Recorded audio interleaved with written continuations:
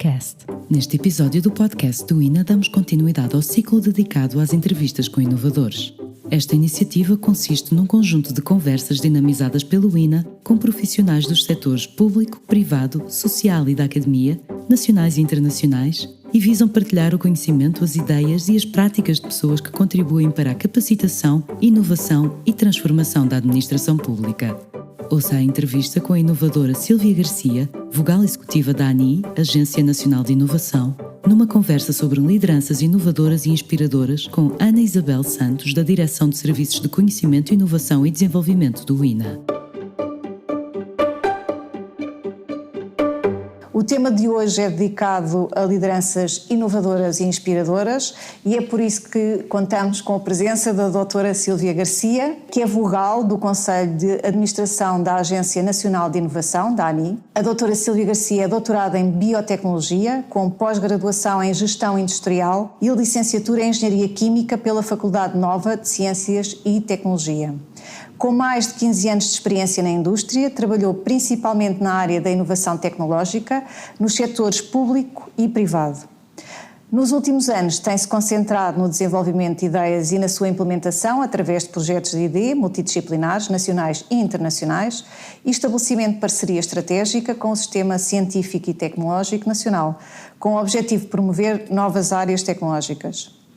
Liderou ainda o Laboratório de Inovação e Desenvolvimento da Imprensa Nacional da Casa da Moeda, tendo contribuído ativamente para a sua criação e desenvolvimento e sido responsável pelo lançamento e criação do Prémio de Inovação da Imprensa, que é o Prémio IN3+. A título voluntário foi coordenadora do Grupo de Missão de Inteligência Artificial da APDSI, portanto que é a Associação para a Promoção e Desenvolvimento da Sociedade da Informação. Vamos agradecer em primeiro lugar à doutora Sílvia Garcia por ter aceitado o nosso convite. Muito obrigada por estar aqui connosco. A primeira pergunta, e porque o tema de hoje é dedicado a lideranças inovadoras e inspiradoras, perante este percurso profissional que é vasto e que percorre desafios na área da inovação e da liderança, gostaria que nos dissesse neste mundo de mudança, no fundo de novas organizações, como a administração pública que tem que se adaptar e desenvolver soluções criativas, porque é que nós necessitamos de cada vez mais lideranças inspiradoras e inovadoras? Respondendo a uma pergunta que parece simples, mas que é complexa,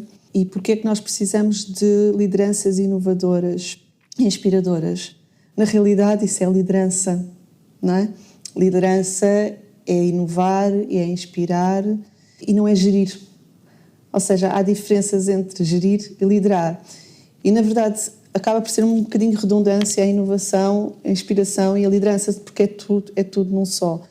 E um líder tem que pensar de maneira a que consiga quebrar barreiras, consiga atribuir um pensamento criativo e construtivo às suas equipas e às organizações que lidera, mas em simultâneo que o consiga fazer de uma forma coerente e harmoniosa. E eu acho que é isso que acaba por diferenciar uma liderança de uma gestão, porque há a confusão e quem lidera tem que ser assim. E outro foco que é importante de um líder é o capital humano. Portanto, as pessoas são realmente o foco das organizações. E enquanto líder temos que realmente pensar assim. E enquanto líder que pensa na inovação, tem que pensar na adaptabilidade da organização à mudança. Portanto, a mudança é realmente o fator que nos leva para a frente. Mas mudar é difícil. É difícil para todos. É difícil para as pessoas, é difícil para as organizações e até difícil para a tecnologia, não é? Portanto, mudar é difícil para um sistema. E o líder tem que ter essa capacidade, tem que ter a capacidade de ver à frente, tem que ter a capacidade de conseguir mudar e tem que ter a capacidade de fazer, e volto a repetir, de uma forma muito harmoniosa, em que todos percebam qual é o seu caminho e a sua posição em todo este ecossistema de inovação.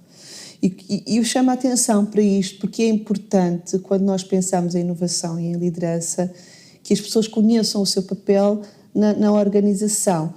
Isto E se as pessoas conhecerem o seu papel na organização, conseguem conhecer o seu propósito. O que eu quero explicar é assim, isto é uma tendência que existe muito nacional, mas não é só nacional, que é a tendência de funcionarmos em silos. E quando nós funcionamos em silos, é porque realmente não conhecemos o que somos em todo este ciclo, em todo o ciclo de inovação, em todo o ciclo que leva uma organização para a frente. Portanto, é importante que um líder consiga transmitir e comunicar o propósito de cada pessoa nessa organização. Todas as pessoas têm um propósito na organização.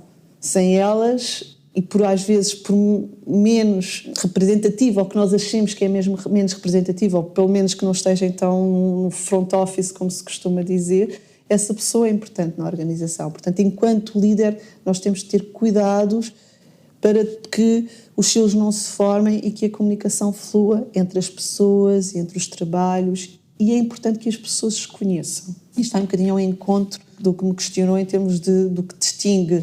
Na verdade, eu acho que na realidade não há distinção, é mesmo uma mudança. Uma mudança que não é um foco, vamos nos focar no que é o liderar e não focar no que é gerir.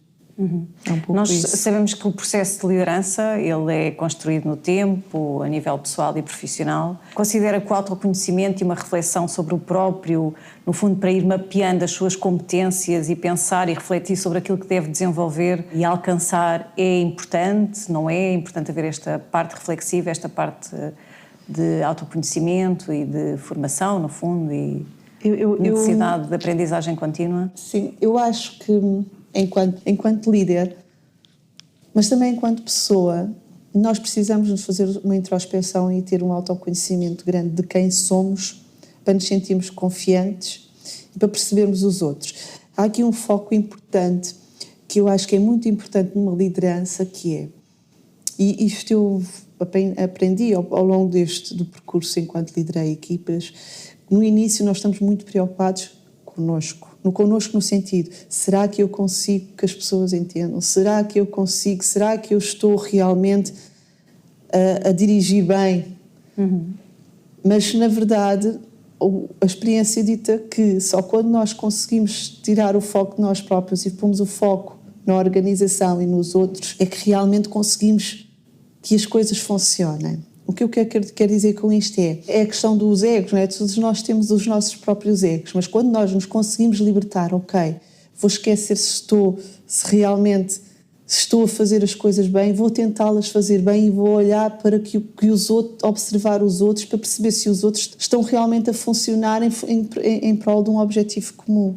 Isto para explicar o quê? No fundo é preciso, como dizia Saramago, sair da ilha para ver a ilha. Exatamente. Portanto, no fundo é preciso sair da ilha para ver a ilha. E aí o autoconhecimento é importante para nós conhecermos a nós próprios, mas depois para sairmos de nós próprios.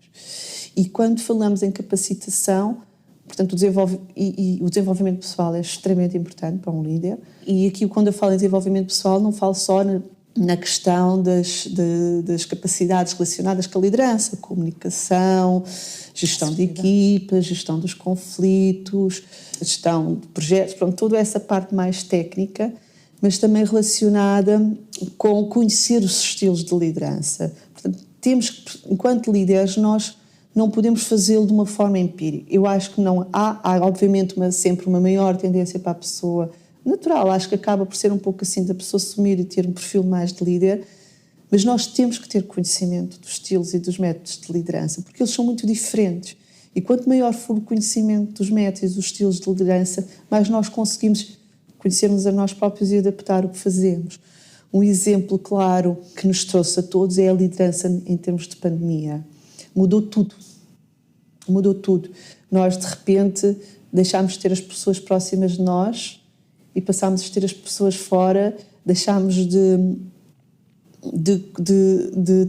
das pessoas que tinham mais tendência de fazer um grande controlo, deixaram de o ter de fazer. E agora? Como vamos fazer? Como vamos liderar? Portanto, tudo isto mexeu muito com Portanto, tudo. o líder também tem sempre necessariamente que se adaptar à constante mudança das pessoas, da organização e, no fundo, do contexto. Não é? E aprender, porque aprender os novos métodos, os novos conhecimentos que existem em termos de liderança, porque a liderança está sempre, como tudo, não é? Como todas as áreas de conhecimento, está sempre a evoluir.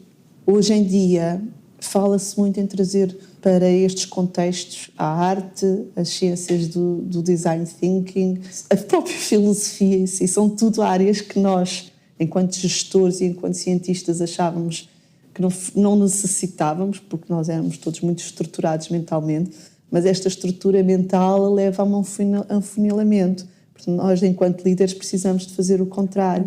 Portanto, este tipo de matérias introduzidas nos modelos de liderança realmente estão a abrir o espectro muito grande. Portanto, há uma grande tendência agora para que as formações nesta área comecem a introduzir outros atores no sistema. Ao longo desta sua carreira profissional e de todas este seu percurso num cargo de liderança de grande responsabilidade, quem é que a inspirou, quem é que a inspira, onde é que vai procurar a diferença para poder ter um estilo inovador? Eu não sei, e acho que não tenho assim, não consigo dizer uma pessoa. Há várias pessoas ao longo do meu percurso profissional que me inspiraram de forma positiva e de forma negativa, e as mesmas pessoas conseguiram me inspirar ou influenciar, ou perceber, eu não quero ir por este caminho, eu quero ir por este caminho.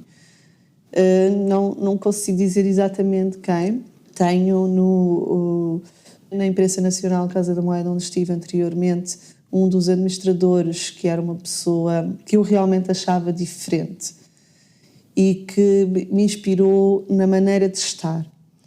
Que diferença era essa? Ele pensava sempre à frente e não tinha medo. Ou seja, o que eu quero dizer é assim, as questões que nós, enquanto líderes, temos que ver é que nós não dominamos os assuntos todos. É impossível. Mas temos que ter coragem de assumir isto. E ele ensinou-me a coragem de assumir que não temos que ter medo. Quando não temos, questionamos. E nós, é algo que, quando nós estamos numa posição de liderança, não queremos assumir, entre aspas, as nossas fraquezas, porque acham, ele tem que saber tudo. Não, nós não sabemos tudo, nós temos que questionar, temos que perguntar. E só assim é que conseguimos ter a capacidade de aprender e depois de organizar e harmonizar as coisas. Eu gosto de pôr um líder e um maestro, não é? Ali um bocadinho, par a par. O maestro é um líder de uma orquestra. E o que é que o maestro faz? O maestro pega em todas as habilidades individuais, que são sempre maiores e melhores, e tem que o ser que o próprio líder, não é? Um músico, enquanto toca o instrumento, tem que o fazer melhor do que o próprio líder. Portanto, pega em todas as suas capacidades individuais e cria como um todo num só, através da orientação, através de dirigir o ritmo, a velocidade, as paragens. Isto é o que faz um líder, uma organização. Saber adaptar, saber quando há falhas ou quando há imprevistos, improvisar. Saber quem é que pode fazer um solo de vez em quando. Quem é que pode fazer um solo de vez em quando e saber que aquele músico toca durante um período de tempo muito curto, ou 3 ou 4 vezes numa orquestra, toca um sininho. Ele não, tem um papel muito mínimo, mas faz toda a diferença. E acaba por ser isto numa organização. Portanto, eu gosto de fazer um pouco este paralelismo. Muito interessante, identifico-me. Portanto, é líder há muito tempo, em áreas diferentes que se tocam, primeiro na imprensa Casa da Moeda, agora na ANI. O que é que faz há diferença em si, nestes dois mundos? O que é que traz do mundo anterior, muito ligado à inovação, para este agora muito ligado à ciência? A Imprensa Nacional Casa da Moeda é uma indústria, uma manufatura. A Agência Nacional de Inovação também é uma empresa, mas é uma empresa. As outras são as duas empresas da administração pública, mas uma é uma empresa fábrica e a outra é uma empresa de serviços.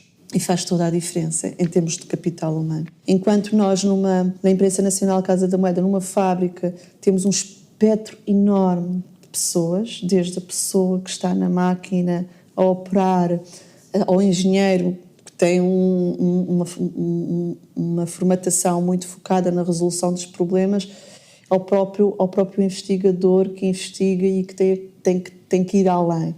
Portanto, acaba, em termos de gestão e de liderança, ser muito exigente, porque as pessoas têm realmente perfis muito diferentes. Na Agência Nacional de Inovação, pessoalmente acho que essa tarefa está facilitada, porque as pessoas têm todas mais ou menos o mesmo patamar, que são pessoas altamente qualificadas, na maior parte dos casos. Estamos a falar de cerca de 90% das pessoas. Apesar de trabalhar em áreas diferentes, o tipo de perfil não é muito distinto.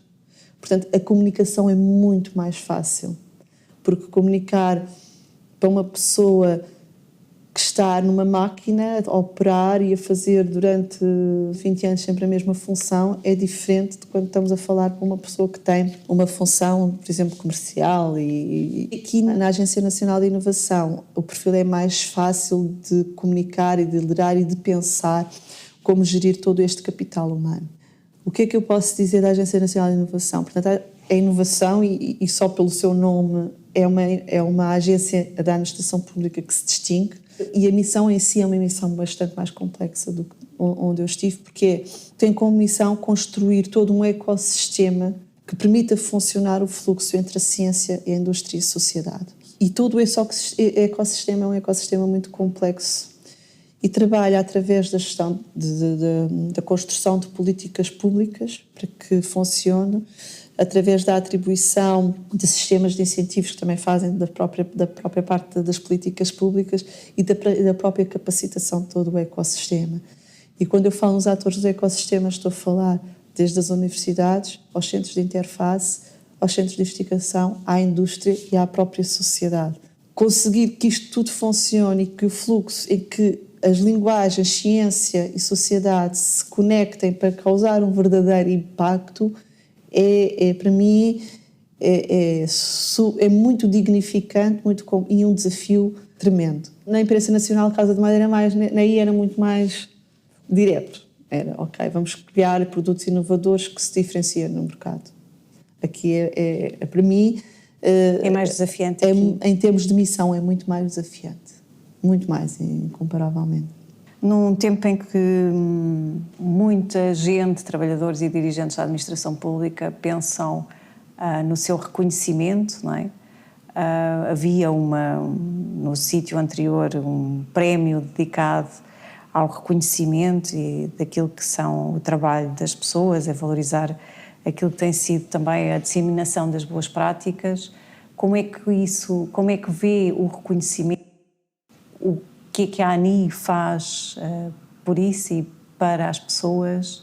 Fale-nos um pouco daquilo se considerar importante. O que nós na ANI fazemos, nós trabalhamos muito com o ecossistema. Temos um prémio que é o BFK, que é um prémio que é atribuído a vários atores do ecossistema em termos das ideias inovadoras e com potencial de impacto na sociedade. Portanto, é um prémio que é atribuído ao longo do ano com um valor pecuniário, não é muito elevado, é à volta de 2.500 euros, mas que vai desde a atribuição aos próprios estudantes universitários até depois aos próprios industriais ou por exemplo, startups, não é? Portanto, é um prémio que corre todos os atores do ecossistema. Essa ideia é uma ideia que nós acreditamos e é uma ideia que vale a pena ser reconhecida. Na Imprensa Nacional Casa da Moeda, nós construímos o prémio IN3+, que era exatamente também um prémio, tinha um valor pecuniário. Aliás, tinha dois valores, um valor pecuniário que atribuía à própria ideia dos investigadores que trabalhavam no ecossistema e depois que lhes proporcionava também a possibilidade da empresa investir no seu projeto e levar o seu projeto avante. Portanto, e isso tudo, no valor total, era à volta de 1 milhão de euros. Portanto, desde o pecuniário, que era um valor que já não me recordo muito bem, mas sei que o primeiro prémio era à volta dos 10 mil euros, era primeiro, segundo e terceiro, e depois tinha a capacidade do investimento, e então aí é muito mais além. Todos nós gostamos de ser reconhecidos, mas também gostamos de ser reconhecidos de uma forma tangível, não é? Portanto, só dizer, e agora faço a expressão, só dar palmadinhas nas costas a dizer és muito bom, continua, as pessoas gostam, mas não é suficiente. Portanto, elas têm que ser reconhecidas na sua valorização profissional e têm que realmente perceber que estão a caminhar para a frente, não é? Que não, ok, reconhecem-me, e então, quais são as consequências de eu realmente fazer um bom trabalho? Isto aplica-se às indústrias, aplica-se às próprias pessoas, não é? acho que acima de tudo o reconhecimento No fundo, tem que ser também tangível. perceber que o investimento que fizeram no seu autodesenvolvimento, no seu desenvolvimento pessoal e profissional, não é? Em toda a capacitação, a formação que fizeram, e que o fruto que resultou numa ideia criativa que foi implementada uma solução que é reconhecido, e esse reconhecimento tem um valor acrescido, não é? Certo. Para Exatamente. o próprio e depois para a equipa e para a organização. Para a organização. Outro aspecto que eu acho que é importante, que agora se começa a trabalhar nas organizações e na própria liderança, é até onde é que vai o impacto que nós podemos ir. Enquanto líderes, onde é que nós podemos chegar? Só à organização? Ou a ir além da organização? Enquanto líder de uma entidade, de uma organização, e em especial de uma organização pública, nós não podemos pensar só no nosso ninho, não é? Ou seja, nós temos e devemos pensar na comunidade que é envolvente. Portanto, as novas lideranças têm que também trazer para dentro da sua organização e de todas as pessoas que funcionam na organização, os ODS e o SSG. Porque realmente, enquanto organização, e em especial organização pública, nós temos que criar impacto na comunidade, temos que ser inclusivos, temos que mostrar a diversidade. Portanto, a inclusão e a diversidade dentro de uma organização e criando um impacto à volta da comunidade é algo que tem que ser trabalhado. Eu vou dar um exemplo muito simples para se perceber. E aí é um win-win. Uma das tarefas ou das ações que estou a tentar implementar na ANI é a criação de uma bolsa de voluntariado. E isto é uma relação do win-win. Criamos impacto na sociedade, mas, por outro lado, também levamos a que as pessoas trabalhem e colaborem juntos, portanto, criam uma própria noção de vestir a camisola e da organização e de conhecimento dos seus próprios colegas, porque vão fazê-lo com um propósito, não é? Das diferentes ações de voluntariado que há, vão fazê-las no sentido de... é uma ação de team building, mas com propósito, com impacto na sociedade. Isto faz o quê? Faz com que as pessoas compreendam todos os pontos de vista da sociedade e tragam para dentro da organização. E era aquilo que eu estava a dizer. Nós só conseguimos avançar se sairmos fora da caixa, se trazemos para dentro de nós próprios, da organização, diferentes perspectivas. E então, se nós nos envolvermos com a comunidade, conseguimos fazer isso. E as ideias vêm e pronto, e depois é deixar fluir e fazer acontecer. As organizações, portanto, necessitam de ambientes de trabalho estimulantes, promotores da gestão do conhecimento e de incentivos à inovação e à promoção também desse conhecimento. Precisamos de líderes inspiradores e inovadores. Há algo que queira ainda dizer-nos mais sobre a diferença de um líder inovador e inspirador na administração pública? Sim. No fundo, que cria impacto nas pessoas com quem está na sua entidade e depois, no fim último...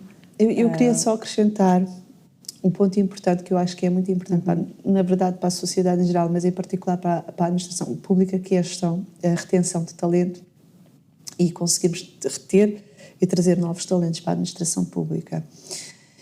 E a administração pública, em Portugal especialmente, não é? Somos um país mais pobre da Europa, porque temos que ser frontais a dizê-lo, e os nossos salários, por mais que nós queiramos, não conseguem, no futuro próximo, pelo menos não vão conseguir competir com os europeus e então, se vamos a falar do mercado americano mais ainda. Para nós temos que realmente criar uma diferença, e a diferença consegue-se através da missão e da inovação. Portanto, organizações inovadoras com propósito atraem novos talentos. As novas gerações ligam muito aos propósitos e às missões, por todas as mudanças que estão a acontecer no mundo, as alterações climáticas, as guerras, as diferenças sociais, a fome, portanto tudo, as missões, não é? As chamadas missões europeias, que vão desde as alterações climáticas às doenças como o cancro, não é? E todas as questões ambientais envolvidas. Portanto, o que eu quero dizer é que os novos talentos ligam muito a ter um propósito. Portanto, se estiverem numa organização que tem um sentido de missão, que realmente causa impacto na sociedade, que eles realmente veem acontecer as ações e o trabalho que fazem, pode-se destacar por isso. E eu acho mesmo, acredito mesmo, que a administração pública está muito bem posicionada. E se compararmos o público com o privado, realmente está muito mais bem posicionado, porque trabalha a nível das políticas públicas e com a comunidade. Portanto, se nós conseguimos transmitir aos jovens que aqui na administração pública eles vão fazer diferença, é um trabalho difícil, porque na administração pública ainda tem aquele muito peso do passado, da repartição pública, etc, etc. Mas é aqui, eu acho que é realmente aqui a diferença que nós temos que passar e como é que nós vamos criar esta diferença para os jovens e para os que cá estão, não é? Esses, pronto, já cá estão, esses cá estão são resilientes e continuam cá, mas realmente têm que se sentir que fazem diferença, não é? Porque a pessoa gosta de saber que aquilo que faz é reconhecido, nem que seja por 2 ou 3 pessoas ou por ele próprio, pronto, sentir-se bem mesmo com o trabalho que desenvolve. Doutora Sílvia, muito obrigada por estar connosco. Resta-nos agradecer a sua disponibilidade em partilhar connosco a sua experiência e refletir sobre os desafios da gestão, do serviço público e, sobretudo, por ser uma líder inspiradora e inovadora. Muito obrigada. Obrigada, eu. Acompanhe o InaCast nas plataformas habituais, onde mensalmente poderá encontrar novos episódios dedicados a estas temáticas. Siga-nos nas redes sociais e em ina.pt.